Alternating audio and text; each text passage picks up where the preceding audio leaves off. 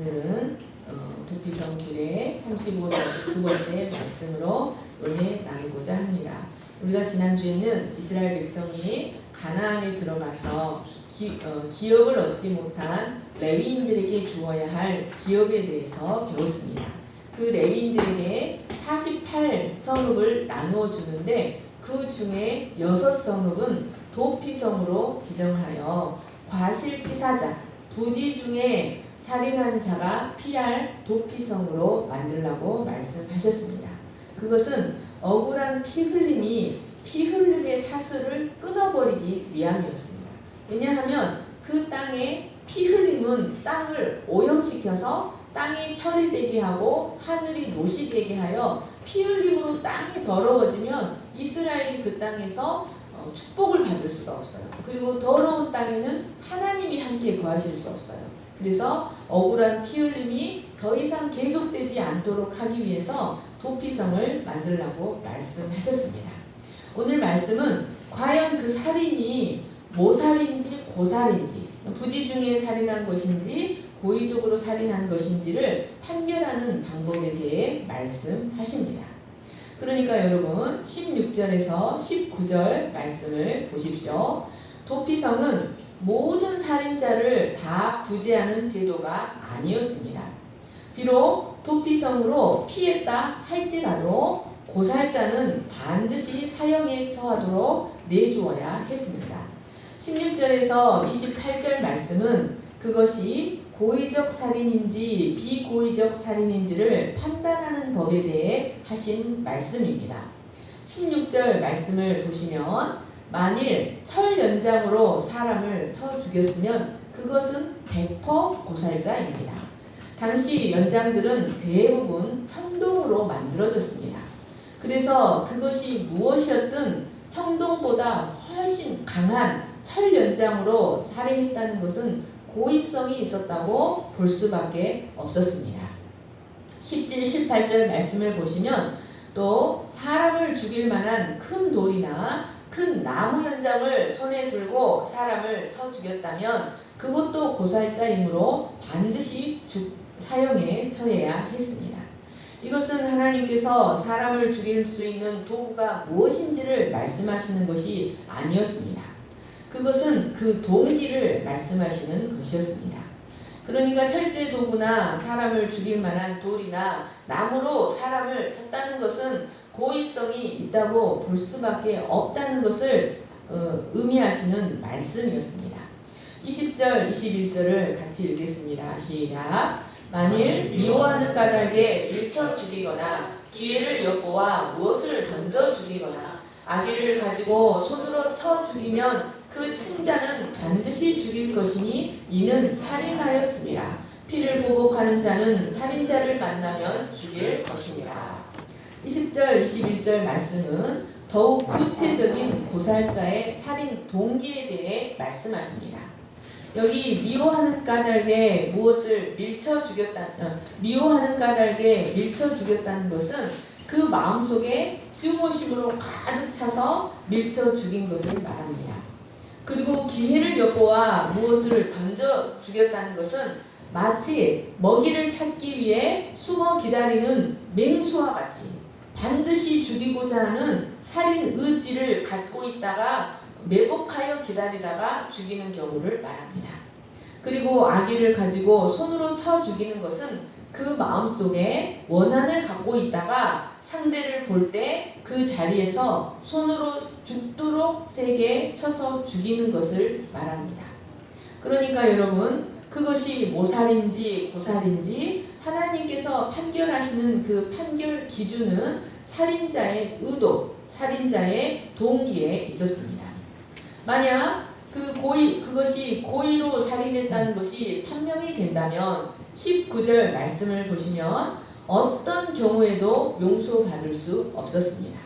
그래서 그것이 고살로 판명이 된다면 반드시 피해 보수자에게 넘겨주어서 사형에 처해지도록 해야 했습니다. 그런데 여기에는 몇 가지 원칙이 있었습니다. 그것은 반드시 살인한 그 사람만 죽여야 했다는 것입니다. 그래서 16절에서 19절에는 그 살인자라는 말이 반복해서 나옵니다. 이것은 예를 들어 영어로 하자면 the man, 바로 그 사람만이라는 뜻입니다. 이는 반드시 살인을 행한 그 사람만 자신의 살인에 대한 책임을 지고 죽어야 한다는 말씀이었습니다. 이렇게 말씀하신 이유는 당시 고대 근동에서 살인에 대한 보복이 한 사람으로만 끝나는 것이 아니라 집단 형태로 발달하는 경우가 많았기 때문이었습니다. 여러분, 이것은 바로 그 사람의 분노가 어떻게 발전해 가는가를 보여줍니다. 그것은 정당한 공의의 실행이 아니라 자신의 분노의 감정을 근거로 악한 욕구를 실현하는 것일 뿐이었습니다. 두 번째로 고엘은 살인자를 찾아다니다가 만나면 그 마음대로 죽이는 것이 아니라 반드시 재판을 거쳐 살인의 고의성 여부가 드러날 때 장로들의 인도를 받아 죽일 수 있도록 해야 했습니다. 이것은 그 복수의 성격이 감정적이거나 개인적인 것이 아니라 공적이며 법적인 보복이어야 했음을 보여줍니다. 고살자는 먼저 보수자가 고엘이 먼저 그에게 돌을 던지면 그 후에 군중이 그들을 돌을 쳐서 함께 처형하는 방식으로 사형에 처했습니다. 하나님은 이로써 불필요한 살인과 집단 폭력 사태를 막고자 하셨습니다. 22, 23절을 보십시오. 악의가 없이 우연히 사람을 밀치거나 기회를 엿봄이 없이 무엇을 던지거나 보지 못하고 사람을 죽일 만한 돌을 던져서 죽였을 때 이는 악의도 없고 해하려 한 것도 아닌즉 이 말씀은 고의적인 의도가 없이 사람을 쳐 죽인 경우를 설명합니다. 그러니까 우연히 사람을 밀치거나 우연히 무엇을 던졌는데 또 보지 못하고 사람을 죽일 만한 큰 돌을 던졌는데 죽인 경우는 부지 중에 사람을 죽인 것에 해당되어 도피성으로 피할 수 있었습니다. 신명기 19장 말씀은 이에 대해 더 구체적인 신뢰를 설명합니다. 신명기 19장 5, 6절 말씀을 같이 읽겠습니다. 시작. 가령 사람이 그 이웃과 함께 벌목하러 산림에 들어가서 손에 도끼를 들고 벌목하려고 찍을 때 도끼가 자루에서 빠져 그의 이웃을 맞춰 그를 죽게 함과 같은 것이다. 이런 사람은 그 성읍 중 하나로 도피하여 생명을 보존할 것이니라. 그 사람이 그에게 본래 원한이 없으니 죽이기에 합당하지 아니하니 두렵건대 그 피를 보복하는 자의 마음이 복수심에 불타서 살인자를 뒤쫓는데 그 가는 길이 멀면 그를 따라 잡아 죽일까 하노라. 여러분, 하나님은 동일한 도구로 동일한 결과를 낳았다 할지라도 그 마음의 동기에 따라서 다르게 판결하셨습니다. 이는 참으로 은혜로운 판결 기준이었습니다. 24절에서 25절을 보십시오. 24절을 보시면 회중이 친자와 피를 보복하는 자 간의 이 규례대로 판결하여, 여기 회중은 그 살인자가 살았던 마을의 지도자들을 말합니다.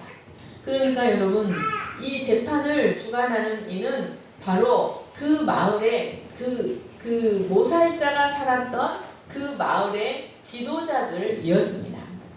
이들은 재판을 통해 부지 중에 살인한 것이 판명이 나면 그 모살자를 피해 보수자로부터 보호하여 반드시 다시 도피성으로 돌려보내야 했습니다. 하나님께서 이처럼 회중으로 하여금 이 사건을 판결하고 고살자는 피해 보수자에게, 모살자는 도피성으로 보내게 하신 것은 하나님의 공의와 자비의 법을 실현하는 데 있어서 공동체의 책임을 강조하시기 위함이었습니다. 그러니까 이스라엘은 하나님의 공의와 자비의 법을 실현하는 데 있어서 한 마음으로 협력해야 한다는 것을 의미했습니다.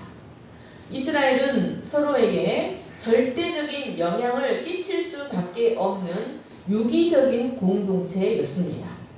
그래서 이들은 하나님을 이루어 가는 데 있어서 서로 한 마음으로 협력해야만 했습니다.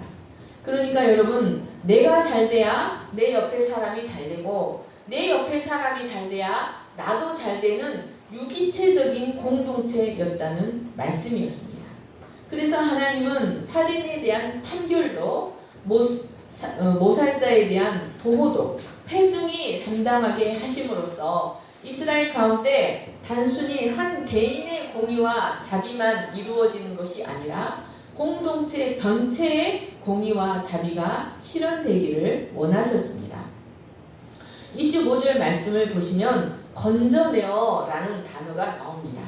이 단어는 나찰이라는 단어로 자기 힘으로는 어쩔 수 없는 상황에 처한 사람을 그 위기에서 건져내다, 잡아채다, 분리시키다 라는 뜻이 있습니다. 이는 그 모살자가 자기 힘으로는 자신을 구할 수 없는 상황에 처해 있다는 것을 보여줍니다. 그는 홀로 있으면 피해 보수자에게 죽임을 당할 수밖에 없는 상황에 처한 사람이었습니다. 그래서 그 마을의 장로들은 속히 그를 잡아채서 하나님의 은혜와 속죄가 있는 도피성으로 속히 돌려보내어 그 생명을 보존하게 해야 했습니다. 이 단어는 이것이 그 회중의 막중한 책임이라는 것을 가르쳐 줍니다. 여러분, 이 말씀은 오늘날 죄의 사슬에 매여 영적으로 죽어가는 사람들을 하나님의 교회가 합심하여 건져내어 대속의 은혜가 넘치고 생수의 강이 흐르는 그리스도의 품, 도피성으로 속히 이끌어들여 영적 생명을 보존하게 해야 한다는 사실을 계시해 줍니다. 여러분, 우리는 이 도피성에 대해서 깊이 생각해 볼 필요가 있습니다. 이 도피성 제도는 부지 중에 죄를 범하고 넘어져서 사탄의 무서운 정죄와 심판의 두려움에 떨 수밖에 없는 인간을 깊이 이해하셨다는 것을 가르쳐 줍니다. 이 도피성은 부지 중에 살인자가 될 수밖에 없는 인간의 상황을 하나님께서 깊이 이해하시고 그런 인간을 위해 허락하신 은혜의 표징, 하나님의 사랑의 표징이었습니다. 도피성에 들어갈 때 피해 보수자로부터 보호받고 무분별한 독수의 사슬이 끊어지듯 은혜의 도피성 대신 도피성 안으로 들어갈 때 우리는 사탄의 정죄로부터 해방될 수 있습니다.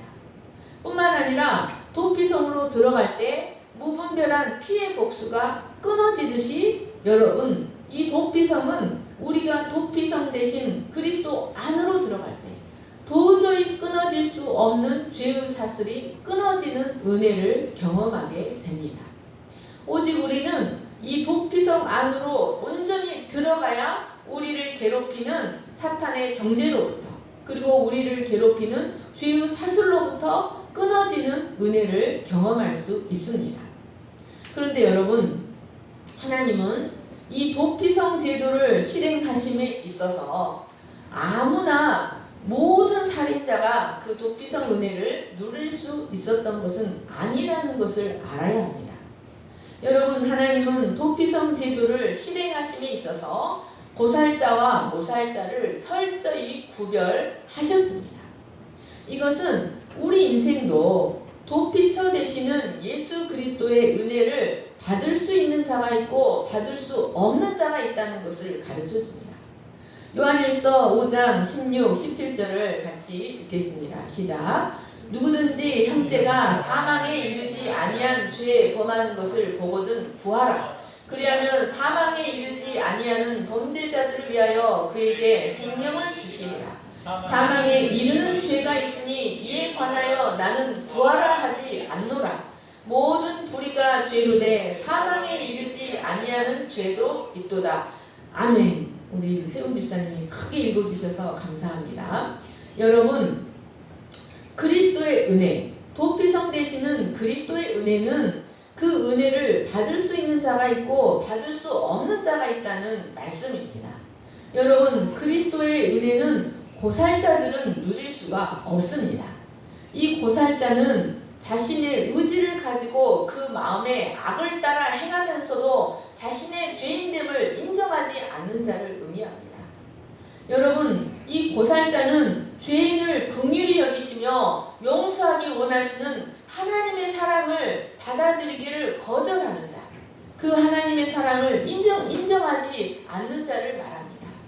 즉 죄를 범하지 않도록 양심의 법을 통해 계속해서 죄를 지적하시고 책망하시는 성령의 사역을 거스르는 자는 이 도피성 대신 예수 그리스도의 은혜를 누리기가 어렵습니다. 그러나 연약하고 또 악해서 죄를 반복해서 범하지만 자신의 죄로 인해 한없이 고통하며 하나님의 긍휼히 여기시는 사랑을 영접하고 그 사랑으로 용서받고 돌이키기 원하는 자들은 어떤 죄를 지었던 간에 용서받을 수 있습니다. 우리의 연약함을 한없이 채울하시는 그리스도의 은혜 안으로 들어가기를 소망하는 자는 얼마든지 그 풍성한 죄사함의 은혜와 용서의 은혜를 누릴 수 있다는 말씀입니다. 사랑하는 여러분, 그러므로 우리는 나 자신도 이 그리스도의 은혜를 한없이 감사함으로 여기고 그 은혜 속으로 속히 들어가고자 해야 합니다. 그리고 다른 사람도 그 은혜 속으로 들어가도록 인도할 수 있어야 합니다. 25절 하반절 말씀을 보십시오.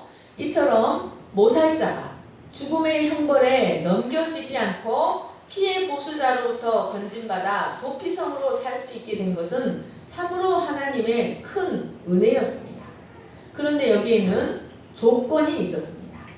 그것은 기름 부음 받은 대제사장이 죽기까지는 반드시 그 도피성 안에 있어야 하고 그 경계를 벗어나서는 안 된다는 것이었습니다. 여러분, 비록 실수로 인한 살인이었다 할지라도 그 모살자는 오직 도피성 안에 있을 때만 안전을 보장받을 수 있었습니다. 그런데 이를 어기고 도피성 밖을 나갔다가 피해 보수자를 만나 복수를 당한다면 그것은 그의 책임이요 그 고엘은 피 흘린 죄로 여겨지지 않았습니다. 여러분, 이것은 비록 고의가 아니었다 할지라도 살해를 당한 자의 마음 그리고 살해를 당한 자의 가족들은 여전히 원통하고 분한 상태로 있다는 것을 보여줍니다. 여러분, 이것은 무엇을 의미합니까? 이것은 비록 부지 중에 살인했다 할지라도 그의 살인에 대한 죄책과 오용이 아직 해결되지 않고 남아있다는 것을 의미합니다. 여러분, 이것은 우리가 반드시 알아야 할 중요한 사실입니다. 이것은 비록 내가 모르고 죄를 지었다고 해서 죄책이 없는 것은 아니라는 사실을 가르쳐 줍니다. 여러분, 하나님의 율법은 비록 무지와 부주의로 인한 범죄라 할지라도 그것은 여전히 허물이요 죄책이 있다라고 가르칩니다. 그러므로 율법을 통해 그것을 깨닫게 되었을 때 반드시 속죄제를 드려 죄책을 제거해야 한다고 가르쳐 줍니다. 여러분, 그러니까 내가 모른다고 해서 나의 허물이 죄책이 아니라는 것은 아니라는 말씀입니다. 내가 모르고 죄를 지었다고 해도 내가 부주의로 죄를 지었다고 해도 그것은 여전히 허물이요 여전히 죄책이 남아있다는 것을 가르쳐 줍니다. 창세기 9장 5, 6절 말씀을 읽겠습니다. 시작. 내가 반드시 너희의 피, 곧 너희의 생명의 피를 찾으리니 짐승이면 그 짐승에게서 사람이나 사람의 형제면 그에게서 그의 생명을 찾으리라. 다른 사람의 피를 흘리면 그 사람의 피도 흘릴 것이니 이는 하나님이 자기 형상대로 사람을 지으셨음이니라. 여러분, 사람을 죽인 죄로 인하여 발생하는 죄책과 땅의 오염은 어떻게 하면 없어질까요? 여러분, 하나님은 노아의 홍수 이후 하나님의 형상대로 지음받은 인간의 목숨을 보존하기 위해서 온 우주와 한 법을 맺으셨습니다. 그것은 변개할 수 없는 언약이었습니다. 그것은 반드시 그 살인을 행한 자의 피가 흘려져야만 그 살인에 대한 죄책과 땅의 오염이 사라진다는 것이었습니다.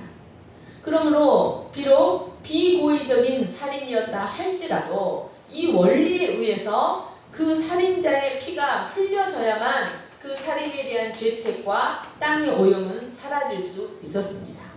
그러므로 이 모살자의 피가 흘려지지 않았기 때문에 그 땅에는 여전히 그에 대한 죄책과 땅의 오염은 여전히 남아 있었던 것이었습니다. 그러니까 그가 도피성으로 피하기는 했지만 그의 죄 문제는 해결된 것이 아니라 다만 구류 상태, 형벌이 보류된 상태일 뿐이었습니다. 이런 상태에서 그가 그 도피성을 벗어난다면 그는 죽음을 면할 수 없었습니다. 이는 우리가 그 도피성 대신 그리스도의 중보 사역을 벗어난다면 더 이상 구원의 은혜를 누리지 못하게 된다는 것을 가르쳐 줍니다. 이런 도피성은 모살자에게 피난처의 역할도 하였지만 근신을 묘하는 감옥 역할도 하기도 하였습니다. 그래서 이 도피성은 하나님의 한없는 자비를 보여주면서 동시에 하나님의 공의를 보여주는 아주 수준 높고 고도로 세련된 제도였습니다. 여러분, 부지 중에 살인한 자가 대제사장이 죽기까지 한 발자국도 그곳을 떠날 수 없다는 것은 결코 쉬운 일이 아니었을 것입니다. 실수로 사람을 죽이고 황급히 도망쳐 오느라 가족들과 작별 인사도 하지 못하고 대제사장이 죽기까지 도피성 안에 거하며 몇십 년을 기다린다는 것은 그에게 일종의 근신이요 형벌이었을 수 있습니다. 이런 도피성은, 이스라엘의 도피성은 당시 고대 사회에서는 찾아보기 어려울 정도로 아주 실천적이며 수준 높은 제도였습니다. 여러분, 이런 도피성과 같은 제도는 아주 옛날 우리나라 고대 세계에도 있었습니다. 뿐만 아니라 당시 고대 세계 전역에서 찾아볼 수 있는 제도였습니다. 그러나 이스라엘의 도피성처럼 고의적 살인과 비고의적 살인을 철저하게 구분하고 모살자라 할지라도 철저한 근신을 요구하는 측면과 자유를 보호해주는 측면이 합리적으로 조화를 이루는 도피성은 거의 없었습니다. 예를 들어서 당시 출애굽 시대보다 훨씬 후대인 뛰어난 문화를 자랑하는 헬라나 로마에서도 사법권이 미치지 못하는 도피성과 같은 신전이 있었습니다. 그러나 그들의 신전은 어떤 죄를 지었어도 안전이 절대적으로 보장되었습니다. 그래서 많은 범죄자들이 신전으로 도망하여 신전은 범죄자들의 소굴이 되었습니다.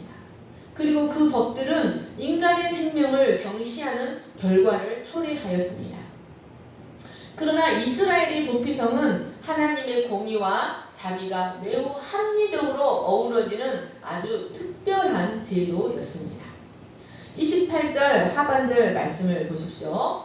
도피성에 피해 있던 모살자는 대제사장의 죽음 이후에야 대제사장이 죽어야만 완전히 자유롭게 되어 고향으로 안전하게 돌아갈 수 있었습니다. 여러분, 이것은 하나님께서 대제사장의 죽음을 바로 그가 행한 살인에 대한 대속적 죽음으로 연결시켜 주셨다는 것을 의미합니다. 대제사장의 죽음을 바로 그의 살인죄에 대한 대속의 기능으로 보아주셨다는 말씀입니다. 이것은 바로 그 대제사장이 이스라엘과 하나님의 중보자로서 대속죄일에 속죄소에 들어가 죄를 속하는 역할을 하는 자였기 때문이었습니다. 이것은 바로 그리스도께서 죄로 죽을 수밖에 없는 우리 인생들을 위한 대제사장이 되셔서 십자가에서 우리의 모든 죄책을 담당하셨다는 것을 계시해 줍니다. 그리고 죄와 심판으로부터 우리를 완전히 해방시켜 주셨습니다. 도피성의 피신에 있던 모살자가 오직 대제사장의 죽음을 통해서만 죄사함 받고 자유롭게 될 수 있었던 것처럼 부지 중에 살인한 살인자와 같은, 여러분, 하나님 앞에 우리의 실존이 바로 부지 중에 살인한 살인자와 같은 것이 바로 우리의 실존입니다. 우리는 우리의 죄값을 짊어지고 우리의 죄책을 짊어지고 오염된 땅 위에서 하나님의 저주를 담당하며 살아야 하는 그런 자들이었습니다. 그런데 우리의 모든 죄에 대한 죄책을 예수님께서 십자가에서 모두 담당해 주셨다는 말씀입니다. 이런 그리스도의 대속의 죽음을 통해서, 오직 그리스도의 대속의 죽음을 통해서만 우리는 사탄의 무서운 정죄로부터 온전히 해방될 수 있습니다. 그리고 영원한 심판의 두려움으로부터도 해방되어서 진정한 자유를 누리며 우리의 본향인 하늘 가나안으로 안전하게 되돌아갈 수 있다는 것을 굳게 믿으시기를 간절히 축원합니다. 그래서 로마서 8장 1절 말씀이 무엇입니까? 그리스도 안에 있는 자에게는 결코 정죄함이 없다고 사도 바울이 선포합니다. 이 그리스도의 십자가는 도피성처럼 하나님의 사랑의 완전성과 공의의 철저성을 동시에 보여주는 하나님의 작품이요, 하나님의 신비입니다. 예수님께서 십자가에서 당하신 죽음의 고통은 죄로 인해 영원한 지옥의 형벌을 받을 수밖에 없는 우리의 비참한 실존을 보여줍니다. 예수님께서 십자가에서 얼마나 큰 고통을 당하셨는가? 이것은 우리의 실존이 얼마나 비참한가, 우리의 실존이 얼마나 처참한가를 보여준다는 말씀입니다. 그러나 하나님은 우리의 모든 더러운 죄를 그리스도에게 모두 전가시키셨습니다. 이로써 하나님 당신의 공의를 만족시키셨습니다. 이로써 우리의 죄에 대한 하나님의 진노를 누그러뜨리심으로 우리에 대한 하나님의 완전한 사랑을 나타내 보이셨습니다. 그러므로 사랑하는 여러분, 우리는 이 십자가에서 단순히 하나님의 자비만 발견할 것이 아닙니다. 우리는 이 십자가에서 하나님이 죄를 어떻게 미워하시는지, 죄에는 어떤 형벌이 따르며 어떤 대가가 따르는지에 대한 하나님의 공의도 발견할 수 있어야 합니다. 그래야만 우리가 그리스도를 통해, 그리스도의 죽음을 통해 얻은 자유를 진정으로 누릴 수가 있게 됩니다. 그래야만 하나님을 두려워하며 이제 생명과 성령의 법에 적극 순종하는 삶을 살 수가 있습니다. 그래서 도피성 대신 그리스도 안으로 들어가 하나님의 의를 덧입게 되면 그 후에는 하나님께서 어떤 사역을 이루어 가십니까? 바로 도피성 안으로 들어감으로써 그리스도의 의를 덧입게 된 자들은 반드시 그를 거룩하게 변화시켜가는 성화의 사역을 하나님께서 이루어 가신다는 것을 믿으시기를 축원합니다.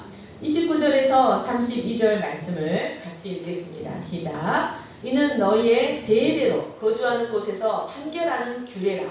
사람을 죽인 모든 자, 곧 살인한 자는 증인들의 말을 따라서 죽일 것이나 한 증인의 증거만 따라서 죽이지 말 것이요. 고의로 살인죄를 범한 살인자는 생명의 속전을 받지 말고 반드시 죽일 것이며, 또 도피성에 피한 자는 대제사장이 죽기 전에는 속전을 받고 그의 땅으로 돌아가 거주하게 하지 말 것이니라. 여러분, 29절 30절 말씀은 사람을 죽인 자를 판결할 때에는 증인들의 말을 따라 판결하되 반드시 한 증인 이상의 증거를 받아야 한다고 말씀하십니다. 한 사람의 증거는 효력이 없었습니다. 이것은 사형이라는 형벌이 결코 가볍게 판결할 일이 아니기 때문이었습니다. 또한 비록 사람을 죽인 살인자라 할지라도 그도 한 인간으로서 공정한 재판을 받아야 한다는 것을 의미했습니다. 하나님은 16절 말씀에서 살해를 당한 사람에서 이 사람이라는 단어를 네핏이라는 단어를 사용하셨습니다. 이는 영혼을 가진 전인격적인 인격체라는 뜻입니다. 그러니까 하나님의 형상을 소유한 인간이라는 말씀입니다. 그런데 여기 살인한 자에 대해서도 하나님은 네핏이라는 단어를 동일하게 사용하고 계십니다. 그러니까 이는 살해를 당한 자나 살인을 한 자나 모두 동일하게 하나님의 형상을 지닌 귀중한 생명이라는 것을 의미하였습니다. 31, 32절을 보십시오. 하나님은 사람을 죽인 행위에 대해서는 고살자든 모살자든 모두 속전으로도 결코 속할 수 없게 하셨습니다. 속전이란 보상금, 보속금, 죄에 대한 형벌을 면하기 위해 바치는 돈으로 피해자 가족을 위한 보상금으로 사용되었습니다. 그런데 당시 고대 근동에서는 보살자도 속전을 내고 죽음을 면할 수 있었습니다.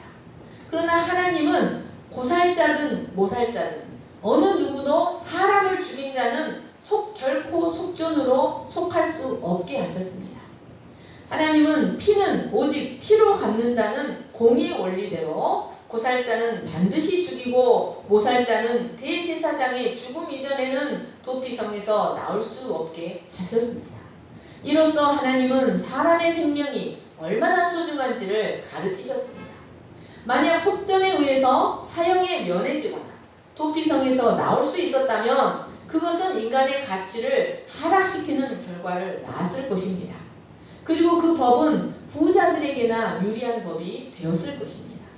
여러분, 우리가 레위기 율법을 읽어보면 하나님은 이스라엘 백성의 생명이든지 그리고 게르 할례받은 이방인의 생명이든지 토샤브 할례받지 못한 이방인의 생명이든지 간에 모든 자, 종이나 자유자나 모든 자의 생명을 소중하게 여겼다는 것을 율법 곳곳에 발견할 수 있습니다.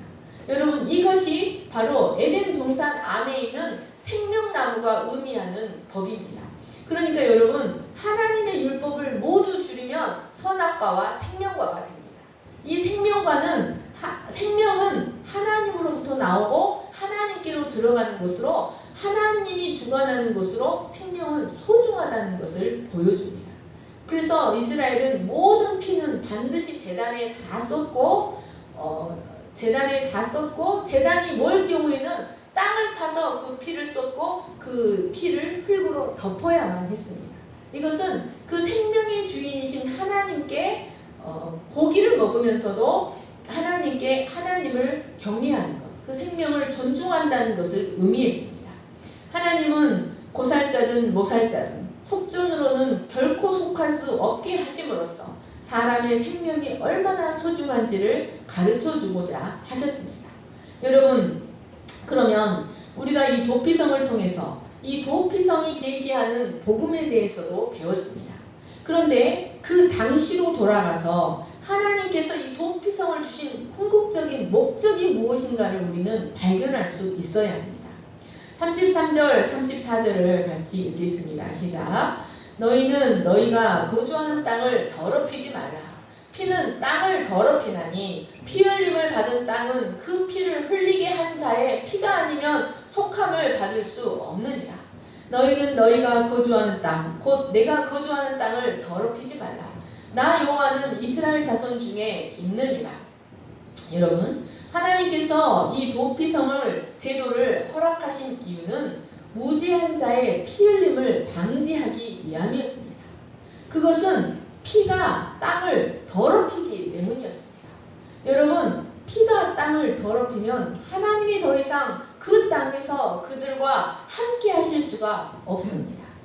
여러분, 하나님은 도피성 제도를 통해 그 땅이 피로 더럽혀지지 않기를 원하셨습니다. 그 땅이 거룩함으로 온전히 유지되기를 원하셨습니다. 만약 인간의 생명이 돈으로 환산될 수 있었다면 여러분, 그 땅은 계속해서 피 흘림으로 더럽혀지고 결국 하나님은 그곳을 떠나시게 되고 결국 그 결과는 그 손해는 모두 이스라엘이 감당해야 했을 것입니다. 그러니까 이스라엘은 그 땅에서 결코 형통할 수가 없었습니다. 왜냐하면 피 흘림을 받은 땅은 그 피를 흘리게 한 자의 피가 아니면 속할 수 없었으므로 그 땅에 흘려진 무지한 피들이 하늘을 향해 계속해서 호소할 것이기 때문이었습니다. 그 무지한 피들이 하늘을 향해 계속 호소하면 그 땅은 처리되고 그 하늘은 노시 되어서 더 이상 그 땅이 그 백성을 위해 그 거민을 위해 소산을 생산해내지 못하게 됩니다. 창세기 4장 10절, 신명기 19장 11절을 같이 읽겠습니다. 시작. 이르시되 내가 무엇을 하였느냐? 내 아우의 핏소리가 땅에서부터 내게 호소하느니라. 땅이 그 입을 벌려 내 손에서부터 내 아우의 피를 받았은즉 내가 땅에서 저주를 받으리니 내가 밭을 갈아도 땅이 다시는 그 효력을 내게 주지 아니할 것이요 너는 땅에서 피하며 유리하는 자가 되리라. 그러나 만일 어떤 사람이 그 이웃을 미워하여 엎드려 그를 기다리다가 일어나 상처를 입혀 죽게 하고 한 성읍으로 도피하며 그 본 성읍 장로들이 사람을 보내어 그를 거기서 잡아다가 보복자의 손에 넘겨 죽이게 할 것이라. 내 눈이 그를 긍휼히 여기지 말고 무지한 피를 흘린 죄를 이스라엘에서 제하라. 그리하면 내게 복이 있으리라. 여러분, 피 흘림은 땅을 더럽힙니다. 땅이 더러워지면 하나님이 그곳에 함께 하시지 않고 결국 이스라엘은 하나님과 함께함으로 받을 수 있는 복을 받지 못하게 됩니다. 그러니까 하나님께서 이 말씀을 주신 이유는 그 땅에서 이스라엘과 영원히 함께 하심으로써 하나님의 뜻을, 하나님의 거룩한 뜻을 그들을 통해 펼치시고 그 땅에 하나님의 풍성한 은총을 그들에게 보여주시기 위함이었던 것이었습니다. 그러니까 그들이 하나님의 율법에 온전히 순종해서 살아가기만 한다면 그들은 하나님의 거룩한 보배로운 소유가 되고 그 땅은 하나님이 거하시는 거룩한 성소가 되어서 그 땅에서 하나님의 풍성한 언약이 실현되는 축복을 누릴 수가 있었습니다. 사랑하는 여러분, 하나님이 거하시는 처소는 오늘날 어디입니까? 하나님은 오늘날 우리 안에 거하기를 원하십니다. 오늘날 하나님이 거하시기 원하시는 성전은 바로 우리 자신입니다. 여러분, 그런데 무엇이 땅을 더럽힙니까? 죄가 땅을 더럽힙니다. 여러분, 우리가 우리를 더럽히는 하나님이 거할 성소인 우리 자신을 더럽히는 죄의 사슬을 끊어버리는 방법이 무엇입니까? 바로 그리스도 안에 거하는 겁니다. 그리스도 안에 거하는 가장 쉬운 방법은 여러분 중얼중얼 말씀을 암송하는 것입니다. 여러분, 말씀을 사랑하는 것입니다. 우리가 어떻게 하면 도피성 안에 거합니까? 여러분, 내가 그리스도 안에 거한다는 것은 말씀 안에 거하는 것을 의미합니다. 여러분, 내가 그리스도 안에 거해서 이 땅이 죄로 인하여 오염되지 않고 정결하게 될 때 하나님이 내 안에 장막을 펼치시고 내 안에 거하심으로 우리 안에 임마누엘 하셔서 우리를 통해 하나님이 거룩한 뜻을 펼치시고 우리를 통해 하나님이 이 땅을 무한히 축복하기를 원하십니다.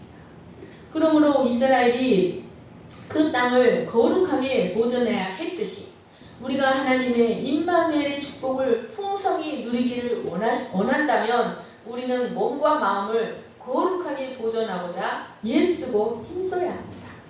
그러려면 언제나 도피성 되신 그리스도 예수 안에 거하며 그의 피의 능력으로 그의 말씀의 능력으로 살아가고자 하는 자들이 애쓰는 자들이 되어야 한다는 사실을 기억하시기를 간절히 축원합니다. 사랑하는 여러분, 하나님은 율법을 우리를 무겁게 하시기 위해서 주신 것이 아닙니다.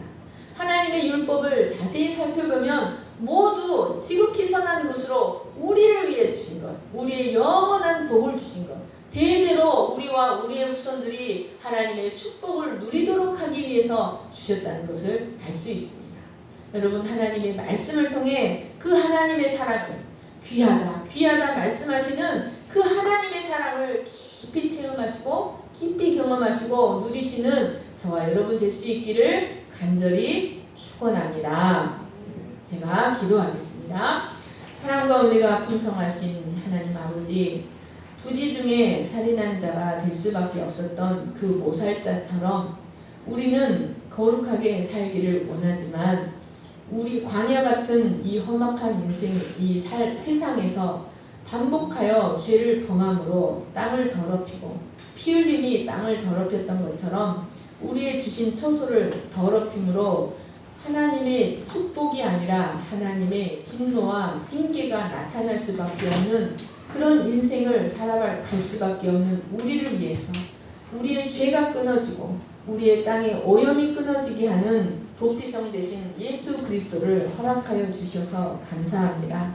하나님, 우리는 우리가 행한 모든 알게 지은 죄, 모르게 지은 모든 죄에 대한 죄책을 짊어지고 평생 신음하며 살아갈 수밖에 없는 자들이었는데 이런 우리의 모든 죄책을 예수 그리스도에게 전가시키시고 우리에게는 참된 자유와 해방을 허락하여 주셔서 감사합니다.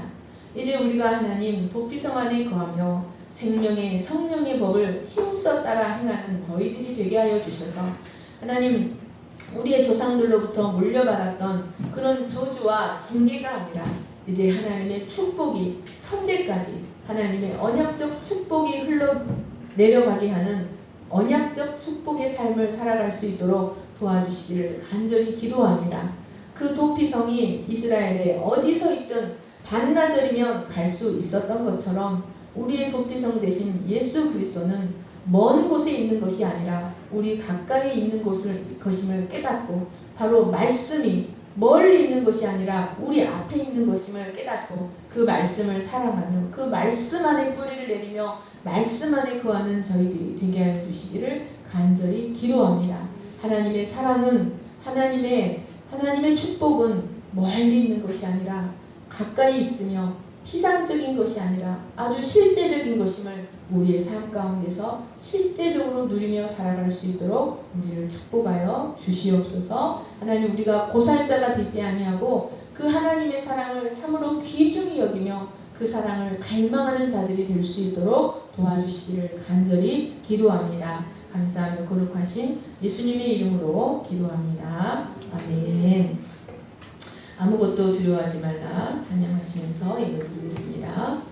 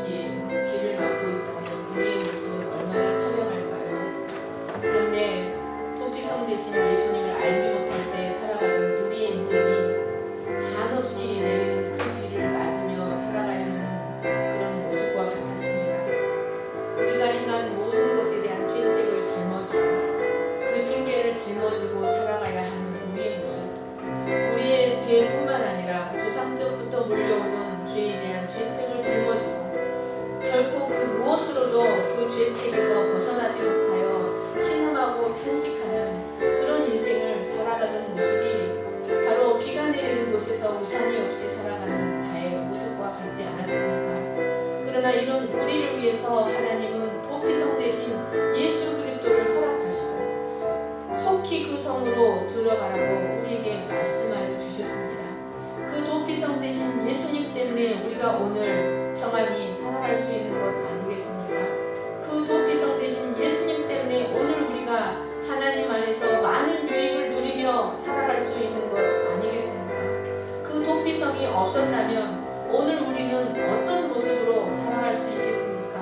하나님 아버지, 우리가 이 도피성 대신 예수 그리스도의 은혜를, 한량없는 은혜를 늘 감사하고 또 이 도피성 대신 예수 그리스도께로 모살자와 같은 인생을 살아가며 하나님의 사단의 정죄와 하나님의 심판의 두려움에 시달리며 살아가는 자들을 이 도피성으로 끌어들이는 저희들이 되게 하여 주시기를 간절히 기도합니다. 그리스도 예수 안에 있는 자에게는 결코 정죄함이 없다고 했습니다. 하나님, 여전히 우리는 연약하지만, 여전히 우리는 넘어지지만 우리의 모든 죄를 예수님께서 다 담당하셨기에 우리에게는 죄책이 없다는 것, 정죄가 없다는 것을 깨닫고 하나님의 의를 바라보고 계속하여 하나님의 거룩함을 바라보고 나아가는 저희들이 되게 하여 주시기를 간절히 기도합니다. 또한 우리에게 주신 이 거룩한 성소를 정결하게 지켜서 하나님의 임재가 늘 이루어짐으로 인하여 하나님의 풍성한 언약적 축복이 먼저 그의 나라와 그의 의를 구하면 모든 것을 더하시는 그 에덴의 축복이 우리의 삶 가운데서 이루어질 수 있도록 우리를 축복해 주시기를 간절히 기도합니다. 야곱이 나를 축복하지 아니하면 내가 보내지 않겠나이다. 그 아버지의 장자의 축복을 받지 않으면 나는 이 땅에서 살 수 없습니다라고 갈망했듯이 이 하나님의 언약적 축복을 갈망하는 저희들이 되게 하여 주시기를 간절히 기도합니다. 이제는 우리 주 예수 그리스도의 은혜와 하나님 아버지의 거룩하신 사랑과 성령의 감동과 교통하심이 우리에게 베풀어 주시는 하나님의 구속의 사랑이 얼마나 큰 것인지를 깨닫고 오직 그 사랑 안에만 평안이 있고 안전이 있고 성공이 있다는 것을 깨닫고 그 사랑을 간절히 갈망하기를 소망하는 모든 무리 위에 영원토록 함께 하시기를 간절히 축원하옵나이다. 아멘.